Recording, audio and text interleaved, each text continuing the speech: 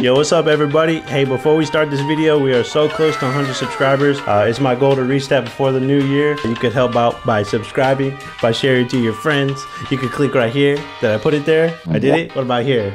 I still didn't do it? I'm not gonna take up any more of your time, so let's get back to the video. I love you all. So before you say anything, okay, don't panic, you're not blind. I just blacked out the camera. Before you say anything, I just want to wish you all a happy Halloween, okay, first and foremost. And secondly, I got to give you an introduction to my fit, my costume. It's going to blow your mind. You're going to be like, bro, there's no way you have this. Where'd you get it from? I got to know. Send me the details. Run, don't walk. That's what they say, I think. That's what my wife says. Anyways, you ready for this awesome intro? Here we go. 3, 2, 1. Cue the epic music.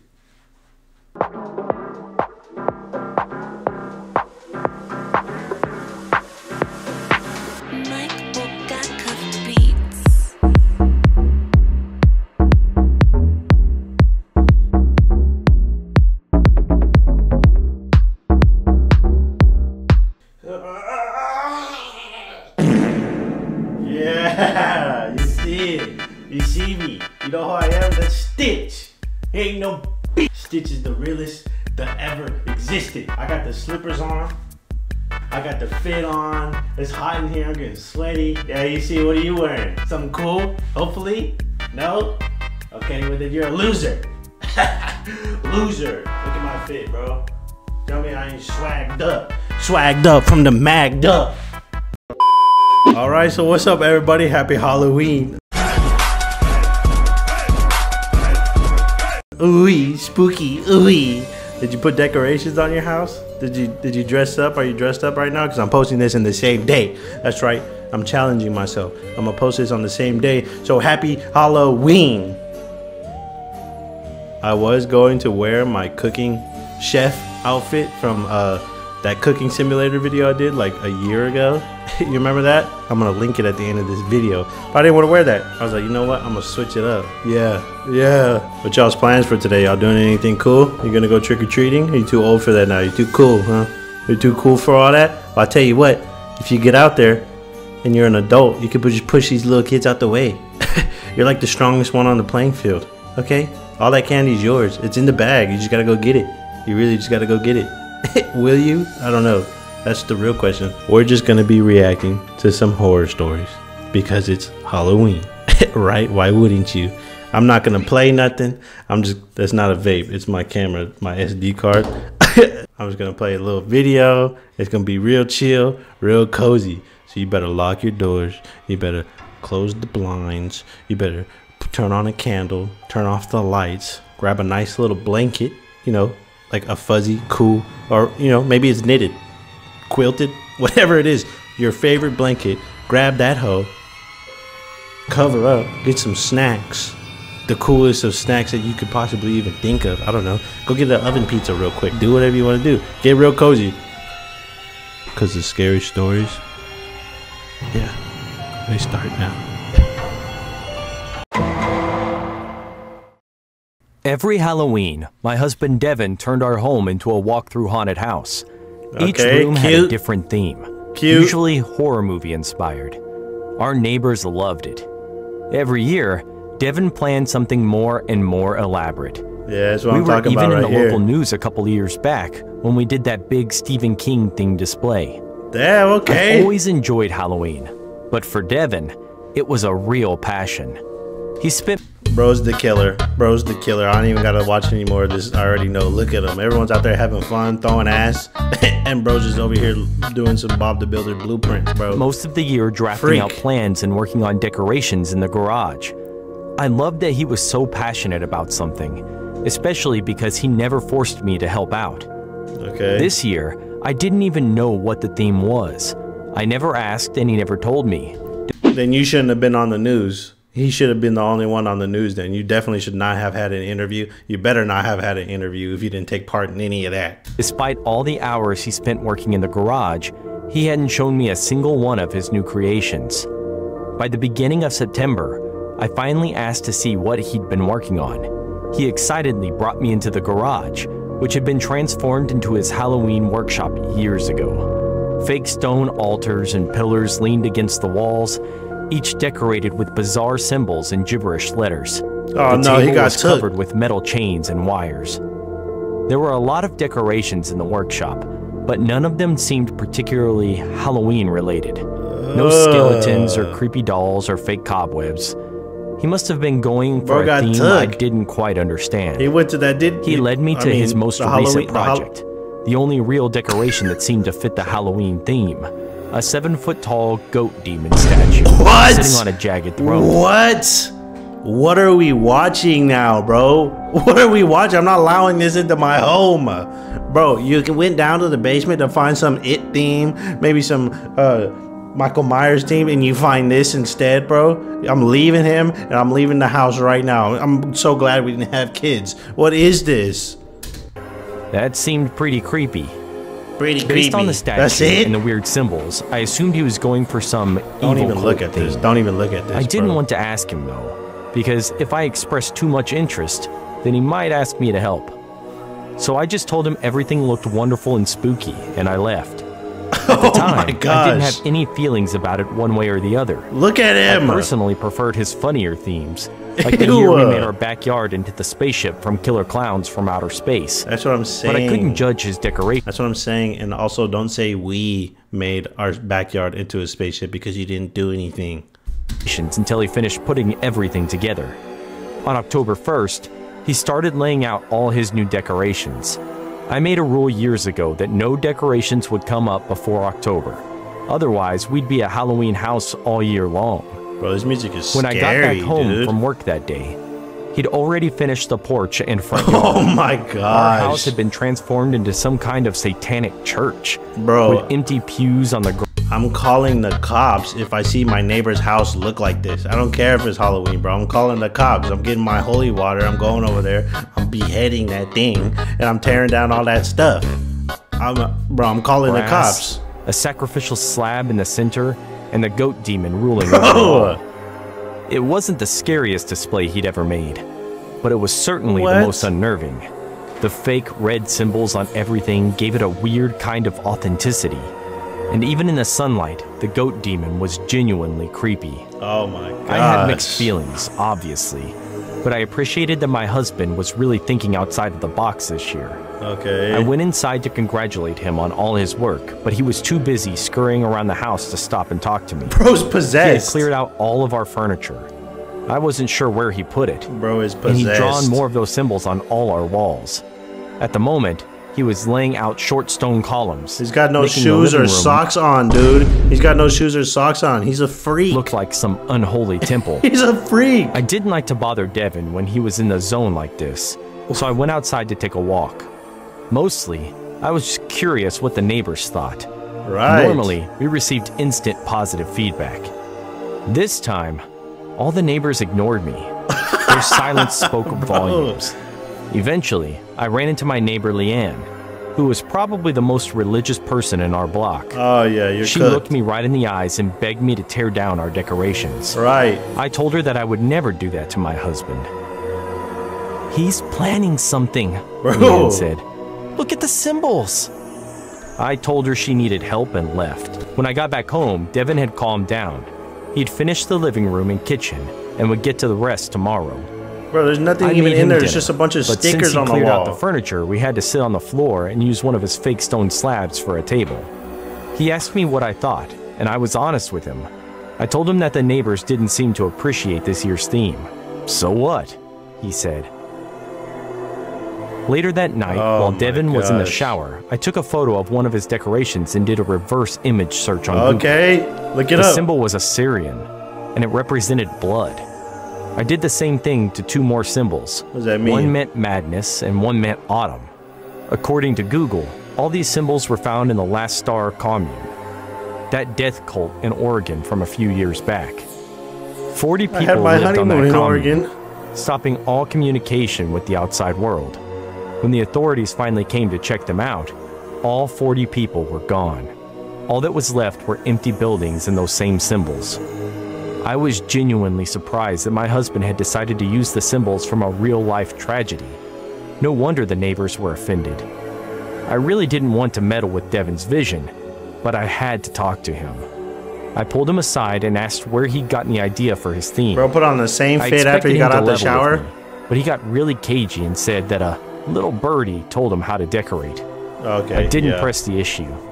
Clearly, he wasn't going to tell me. It's over. For the next week, he kept adding more to his display. Pretty soon, all our walls were covered with those symbols. He's Even drawing in our bedroom, it on the walls, It was driving me crazy. He's driving And worst of all, Devin didn't seem to be having any fun. He had turned manic, obsessively adding to the decorations without really enjoying himself. He barely even talked to me anymore. The neighbors avoided us both.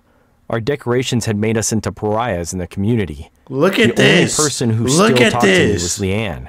But that was only to beg me to tear down the display. French fry girl still here, your friend? 3 days before Halloween, I heard Devin grunting outside our living room window. I went outside to see what he was doing. What's he doing? He had added metal spikes to the front yard. Oh they jutted out of the lawn bro. in different directions, making our yard look even more off-putting. Please stop, I told him. This has gone too far. No one likes these decorations. That's what I'm saying. I definitely don't. He's a devil worshiper. Until Halloween night. He's gonna sacrifice you. I couldn't accept that. I grabbed the metal pole out of his hands. What are you gonna do? He pulled it back. We struggled for a bit. What's happening? The first real fight we've ever had. Okay. He was much stronger than me, though. Yeah. I let go. I didn't want to fight my own husband. But he was pulling backward at the time. What and when happened? I let go, he stumbled back. Oh! His arms spun around him as he tried to maintain his balance, but it was too late. Oh! He fell right on top Oh my of gosh! spikes. It skewered him right through the stomach. Is he dead? I screamed in horror. You murdered him. The police came very quickly after that. Yo. I assume one of our neighbors called them. They What? What just happened? What just checked happened? Devin's body, but he was already dead. What? Then they asked me a few questions. Look at her smiling. Look at her smiling. She did this on purpose. Bro, she's the one. She's the one behind all of this. And left with the body. She sacrificed I was it. now all alone, surrounded by my dead husband's horrible markings. That was when Leanne approached. She gave me a big hug and told me that I was better off now. Oh, she's been cleansed, she said. I didn't understand until that night, when I was looking through Devin's phone. The police hadn't taken that away.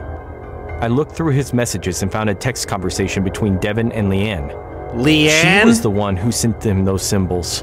It was her idea all along. What? But why? Was your husband piping her or something? Why did he go along with this? Why didn't he tell you, yo, honey, the neighbor's sending me nudes? Like, bro.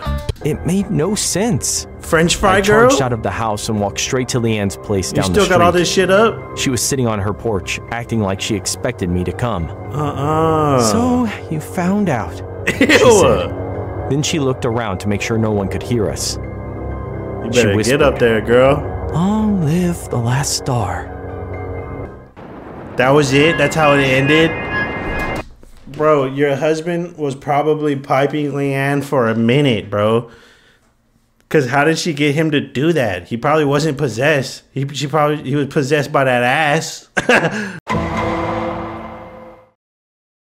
The suitcases weren't even that heavy, but the combination of jet lag and nerves made them feel like lead. That's how he's talking. As I tried to drag them up the plush carpeted staircase, I could feel the sweat gathering on my forehead, trickling down the back of my neck. Damn, dude. My You need to shirt work out. clung to my skin in a way that made me feel both embarrassed and frustrated.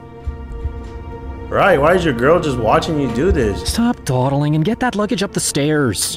My wife, Emily, called over her shoulder with a sigh. You're gonna have to put all this shit up there by yourself. Her voice laced with exasperation. I'd only been married to her for a few weeks, but it already felt like I was failing her. Oh my gosh. Every look she gave me was colder than the last. Why had I let myself believe this could work? Bro's a loser. Sorry, they're very heavy. How much? I've managed. And how much are you struggling to get this one suitcase up there? What you got in there, bro? A body? I felt like an idiot. Other guests glanced at me with pity, but none of that stung as much as the dismissive way Emily looked at me. This was supposed to be our honeymoon, but it felt like a test I was already flunking. Bro, get up the stairs! Well, before I could gather my strength to haul the bags the rest of the way, a voice cut through the awkward tension. Would you like some help there, sir? Tall, broad-shouldered man.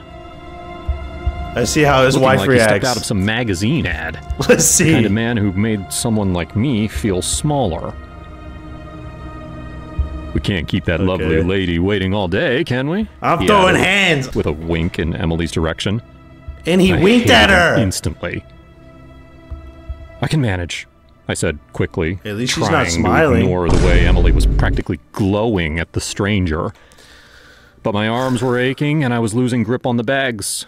Emily rolled her eyes, making no attempt to hide her frustration. Honestly, Jack, let the nice man help you, she said, flicking her hair back and offering him a flirtatious smile. Oh my gosh, I felt my chest tighten, but what could I do? The man, Damien, as he later introduced himself, scooped up the suitcases like they weighed nothing. Both of them, bro. You couldn't even Emily do one. Another charming grin. I trailed behind them. And you're in the back. Like an extra in my own life. He's looking at her ass, bro. He's looking at her ass. By the time I got to our honeymoon suite, I was exhausted, physically and mentally. Emily didn't waste time before flouncing off to the pool, leaving me to wallow in my misery. And she just left you, bro? I'll be back soon, darling, she had called out, her voice dripping with sarcasm. I knew where she was really going. Where? To flirt with Damien by the pool. Are you serious? I lay in bed, too tired to even be angry. Are you serious? Just hurt. Are you mashed? What are you doing? Maybe she never wanted me. Why are you moving like that? Maybe she had only married me out of some misguided pressure from her family. They loved me, but she, well, she barely tolerated me. I tried to close my eyes, convincing myself I'd feel better after a nap. That's when I felt it. Something crawling under my shirt, skittering across my skin. What? I sat up, startled, and slapped at it instinctively.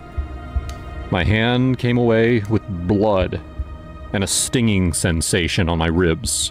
What is it? Lifting my shirt, I saw the bite. A nasty red welt already forming. Yellow pus seeping out of it. It reeked. And the skin around it felt hot. Is that your nipple? Whatever had bitten me wasn't normal. I swore under my breath. Of course, this was my honeymoon, after all. The one place where things could only go from bad to worse. Bro, about to become a villain? What just happened? I lay back down, hoping the pain would fade. What the heck? But it didn't. Instead, I felt a strange tingling sensation spread through my body. The world around me began to blur, and I realized with growing panic that I was losing consciousness. My last thought before everything went dark was that Emily would probably be happy if I never woke up. Bro, you need to get it together, dude. I don't know how long I was out.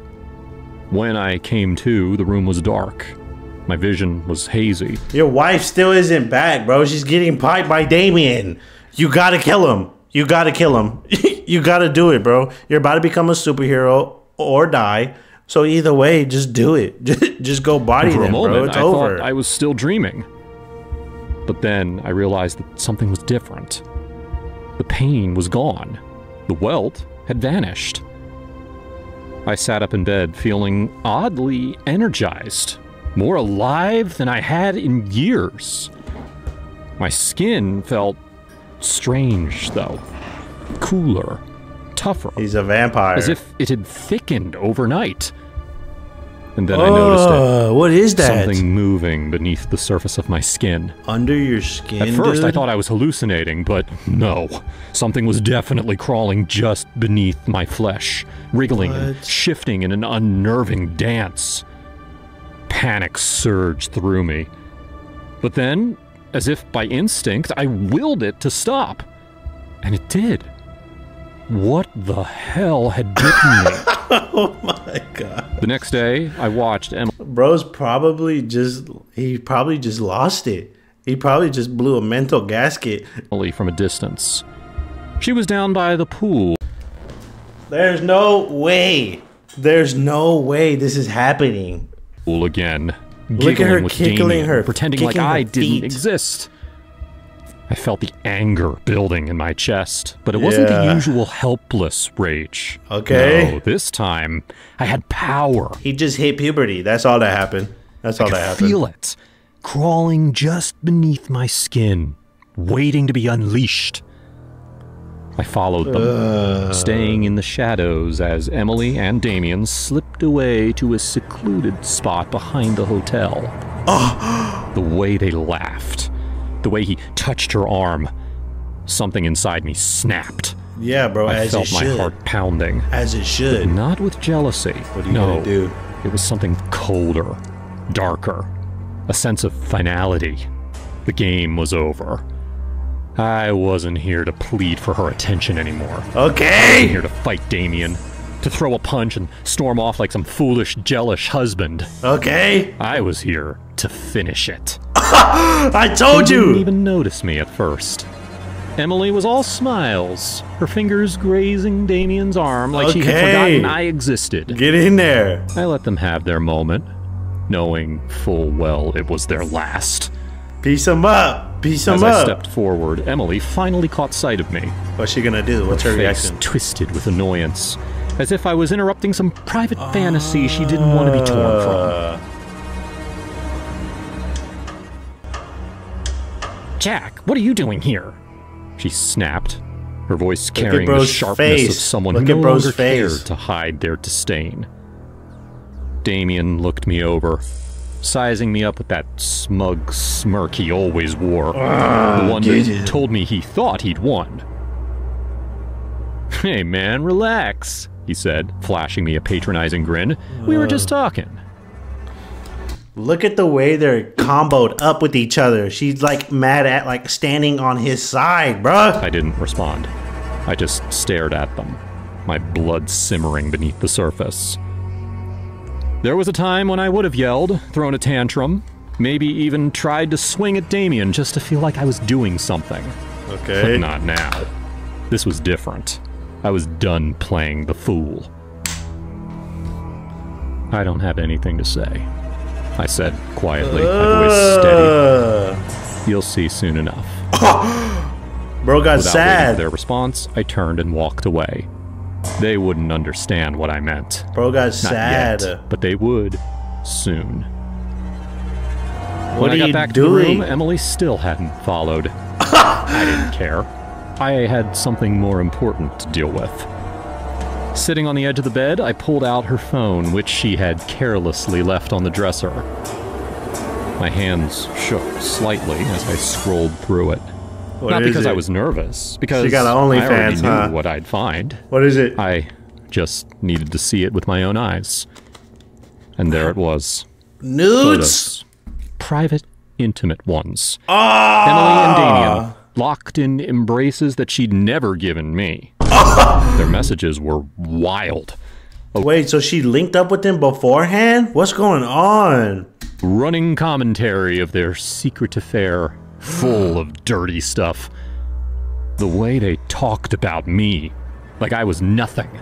Like I was some pathetic obstacle in their way. My chest tightened, and for a brief moment I thought I might be having a heart attack. I felt the room spin, my vision blur. It's that venom! I steadied myself. I couldn't lose it now. Not yet. The rage that surged inside me wasn't the kind that made you scream or punch walls. It was the kind that made you cold, calculating. I didn't cry. I didn't yell. I simply opened her photo gallery, selected the worst of the images. Images so private that they would ruin her and Damien in ways I could barely comprehend, and uploaded them to her social media accounts. Okay. Every platform she had. Instagram, Facebook, Twitter. One by one, I posted the pictures. Okay. No caption, no explanation. Just the raw, ugly truth for the world to see. As the notifications started pouring in, I could almost picture the chaos unfolding. Her friends, her family, her colleagues, every single person who had thought Emily was this perfect, untouchable woman would now see her for what she really was. And Damien? He wasn't going to walk away clean either. What are you gonna do to him? What are you gonna do to him? By the time Emily came back to the room, her face flushed from sun and flirtation, oh my God. It was already too late. She hadn't checked her phone yet. She had no idea what she'd do. What's the first thing she did? But when she saw me sitting there, calm and collected, something in her expression shifted. Maybe she sensed it. The quiet finality in my demeanor. Jack, what's going on? He got his suitcase. He got his suitcase. Irritation and uncertainty. I stood up, grabbed my bag, and walked to the door. Before leaving, I glanced back at her, at the woman I had once thought I loved. The woman who had destroyed me without a second thought.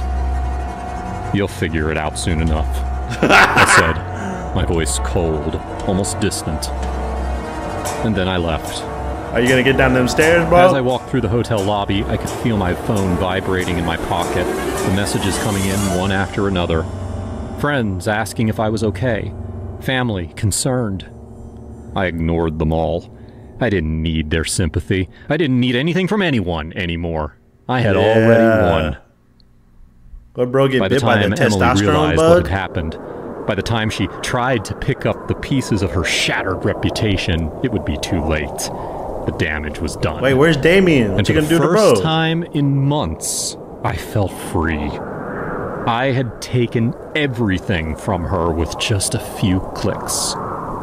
And the best part? No one could ever accuse me of laying a hand on her. Okay, okay. My revenge was clean. My bad, I was telling you to kill him. And irreversible. Not that I would ever do that. Okay, is there animation? I didn't need to see the aftermath to know that her life and Damien's would never be the same again. I had made sure of that. That's it, bro? I thought you were gonna do something to Damien. You kidding me, bro? I remember that night so vividly. The night I first met Jennifer. It was late. Yo, he didn't even piece up Damien. I thought he was gonna do something, bro. And what was that bug? What was that? Testosterone bug? He just hit puberty? Nearly midnight, and I was sitting alone in a dimly lit bar, nursing a whiskey and trying to forget the latest breakup that had torn my heart apart. What's up with all these losers, bro? The place was nearly empty, save for the bartender cleaning glasses and a few regulars lost in their drinks. Then, she walked in. She was stunning. Long, dark hair that flowed down her back like a waterfall. She's a vampire. Eyes that shimmered with a mysterious depth, and a smile that could melt away even the darkest thoughts. She sat next to me without hesitation, ordering a drink with a confidence that caught me off guard. "Rough night?" she asked. Bro is zooted right now. And by the way, this is either a TikTok social experiment, which you're gonna be on, and everyone's gonna be laughing at you, or you're gonna wake up in a hotel room in a bath full of ice with your organs missing. Voice soft and soothing. There is no ending. Too surprised by her presence to speak. That ends with you She getting didn't some pry, coochie. didn't push, just sat there. Her company somehow calming. That night we talked for hours. She was everything I had ever dreamed of. Beautiful, kind, and so full of life. By the end of the night, I felt something I hadn't felt in years. What is it? A connection, a spark. We exchanged numbers, and from that moment, I couldn't stop thinking about her. Our relationship blossomed quickly. It felt perfect. Okay, almost didn't expect this. Every date was magical. Every conversation left me wanting more. But as time passed, I noticed something. She's a vampire. Jennifer never slept. I'd wake up in the middle of the night and find her sitting by the window, just staring out into the darkness, her face illuminated by the pale moonlight. When I asked her about it, she'd just smile, that faint, almost sad smile, and say she wasn't tired. I tried to brush it off, thinking maybe she was just a night owl or someone who didn't need much sleep. But the longer we were together, the stranger it got. Her skin grew paler, almost translucent, and her eyes darkened. The vibrant sparkle slowly fading into something hollow.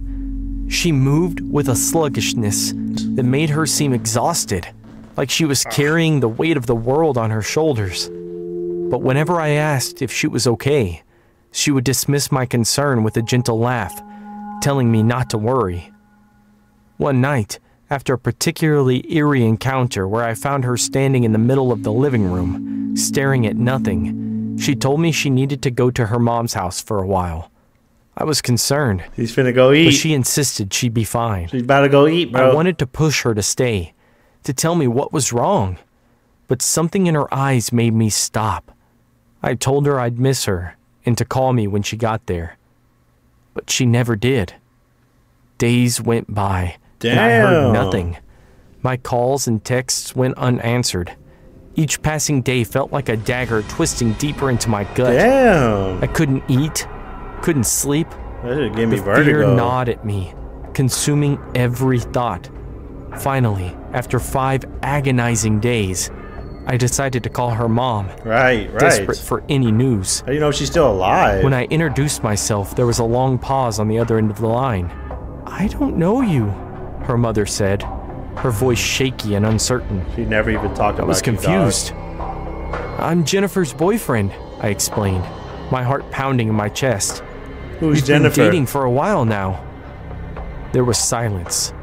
Then her mother whispered words that shattered my world. Jennifer died 4 years ago. Oh, it's a ghost. I felt the ground slip from beneath me. My mind raced, struggling to comprehend what I just heard. She's a ghost. No, that's impossible, I stammered. But her mother was insistent.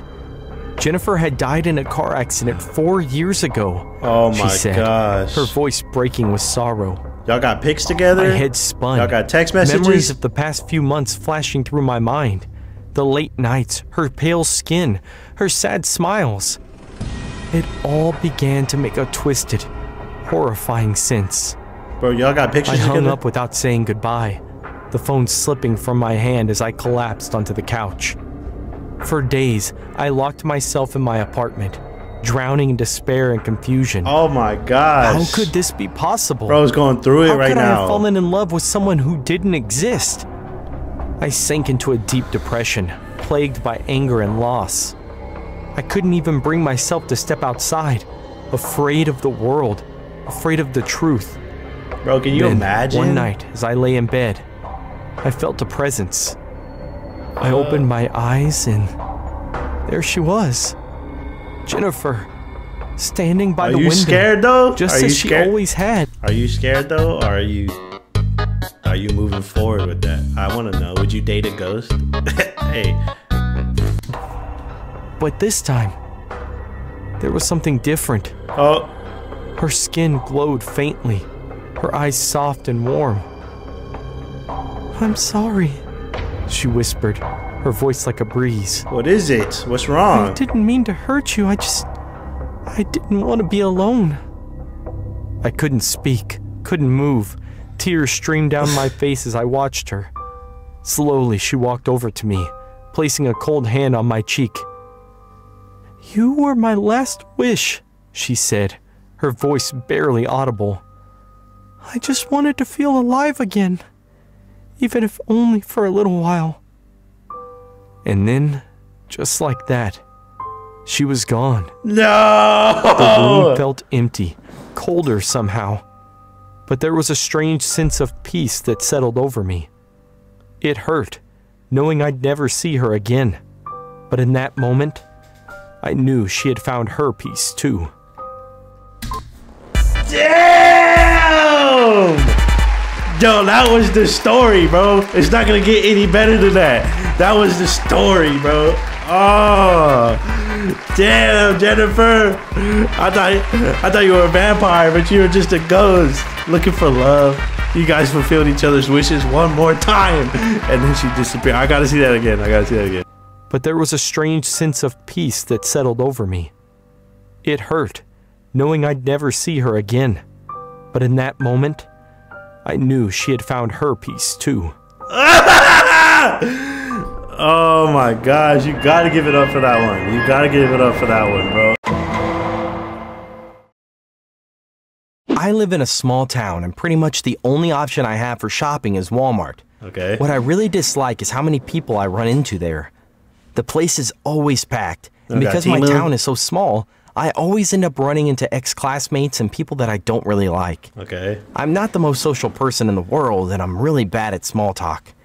The other day, I was at Walmart to pick up some vegetables. I knew exactly what I wanted to get, so I figured I'd be in and out in less than 10 minutes. I'd use the self-checkout line, and I'd be gone before I ran into anybody. Unfortunately, when I got to the produce section, I instantly saw Jane. It's your bully. Jane was a girl I knew in high school, and back then, she made my life miserable. She was the stereotypical cheerleader type, even though our school was too small to have a cheerleading team. But you know the type. Yeah, she was pretty and bubbly and passive-aggressive.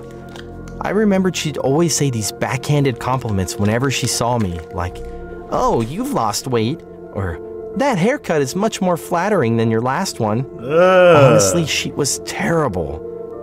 And that day, she was standing right next to the bananas, which was one of the things I really needed. Just circle back. I didn't have any other option. I had to go up and see her. I walked to the bananas, pretending like I didn't notice her, and angling my body in the other direction so she couldn't see my face. But of course, she recognized me right away. "Oh, Jennifer," she said. "Hello." Jennifer. I smiled at her and said, "Hi, it's great to see you, but I gotta run." I grabbed the bananas and tried to leave, but she literally grabbed me by the shoulder and said, "Not me. What's the rush?" I didn't have an answer, so I go just home. said, I'm not trying to talk to you. No, I just gotta get back home. "You don't like shopping here either?" she said. "Not at all," I told her. I was surprised that she wasn't insulting me. We actually had something in common. And then she said, "Oh, I figured you'd shop at Walmart all the time, you know, because of the deals." And there goes the insult. She was calling me poor. Bro, if you don't beat her ass right now in this Walmart, bro, in front of Normally everybody. I'd just take it and leave, but this wasn't high school anymore. We were two grown women. Yeah. She shouldn't talk to me like that. Yeah. So I said, "No, it's because I always run into the trashiest people." She flinched for a second. I could tell she was offended. Good. So I picked up the rest of the fruits and vegetables and left. Because I was feeling so proud of myself, I decided to treat myself to the discount cookies in the bakery section before I left. She was right, though. Hey, she was right, though. You had to go get them discount cookies. I had just rounded the corner when I saw a thin old man clutching his heart and gasping for breath. His face was all contorted and he looked like he was having some kind of heart attack or something. What happened? Unlike most of the other people at Walmart, he didn't look familiar. But even though I didn't know him, he was in trouble. I shouted, "Call 911!" And then I ran to him. By then, he was already on the floor, making the most terrible noises through his mouth. Oh, he's dead. His eyes were rolled back in his head. I held him in a sitting position, careful to make sure his head didn't flop backwards like a newborn baby's. "Just breathe," I told him. "Someone's going to call an ambulance." He opened his mouth and started to gasp out a single sound. "G-g-g." "It'll be okay, you don't have to say anything," I said. And then he finished that sound with a sentence. "Give me all your money." And just like that, he wasn't sick anymore. The whole thing was an act. He'd only pretended to have a heart attack so that he could trick someone like me into getting close enough for him to attack. You don't just beat up his little skinny ass. With one hand, he held onto my wrist. With the other, he held out a long syringe that he kept hidden in his pocket. He pressed the tip of the needle against my arm skin, but he didn't push it in. Not yet. He was waiting for me to give him my money. I had to do what he said. I had no idea what was in that needle. My purse was hanging off my shoulder, so I lowered my shoulder down so that the purse would slide off. That way he could grab it and leave me alone. As I slid the purse toward him, I looked around at all the other people in Walmart. There were so many people here, and yet no one was doing anything to help me. Yeah, it's that bystander effect. They could tell that someone was attacking me, but they just stood there and watched. I knew that at least one of them called the police, but that didn't help me right now. Right now, I needed someone to hit him and pull him off me before he could inject me with whatever chemical was in that needle. All these people that I knew, that I grew up with, and yet none of them was willing to just jump in and risk their own safety to stop this crazy person. Oh my gosh. He let go of my wrist and grabbed my purse. Then he looked directly into my eyes and said, "Thank you. Now don't move. You won't feel a thing." I couldn't believe it. I'd given him what he wanted, yet this guy was still going to kill me? Just because I tried to help him? "Please," I said, "just take my purse and leave." Suddenly, someone came from the side and kicked the man right in the head. Oh, yeah! It was Jane. Her foot collided with his temple and he flew backwards. Bro, the syringe fell out of his hand and landed with a clatter on the floor. Jane was a typical housewife. She was probably 100 pounds soaking wet. And yet she was on him like an MMA fighter. You get him, Jane! She pummeled him over and over, kicking and hitting until he didn't move. Hey, what are you doing, watching? By the time she let him go, he was unconscious and the police had arrived. One cop took my statement and explained that this man had been roaming around the area, injecting people with deadly chemicals. They'd been looking for him for weeks, and thanks to me, they'd caught him. Thanks to not you, bro. Thanks to Jane, bro. I told the cop that I had nothing to do with it. It was all Jane. Yeah. I walked over to Jane and thanked her. Her knuckles were bloody, and she was still out of breath. Damn. Do you want to have coffee sometime? I asked. Sure. She said, hell nah. Damn. Yo. Shout out Broccoli Animations, bro. I'm gonna link their channel below. Damn. Well, everybody, there you have it. That was our little Halloween special of us watching some scary stories together. I hope you guys enjoyed it. Hey, go check out bro's channel if you want to see some more fire videos like that. Hey, I love you all and hope you all have a safe, great Halloween. Some spooky stuff going on. Hey, I don't know. Just don't do nothing crazy. Don't put no demonic sculpture in your house, bro, because I'm going to come tear it down. Yeah, you're going to end up like bro from that first episode. You wanna do that? Yeah. Anyways, I hope you guys have a great Halloween. Happy Halloween. I love you all, and I'll see you real soon. Remember to like, comment, subscribe, all that cool stuff. And yeah, have a safe Halloween. God bless.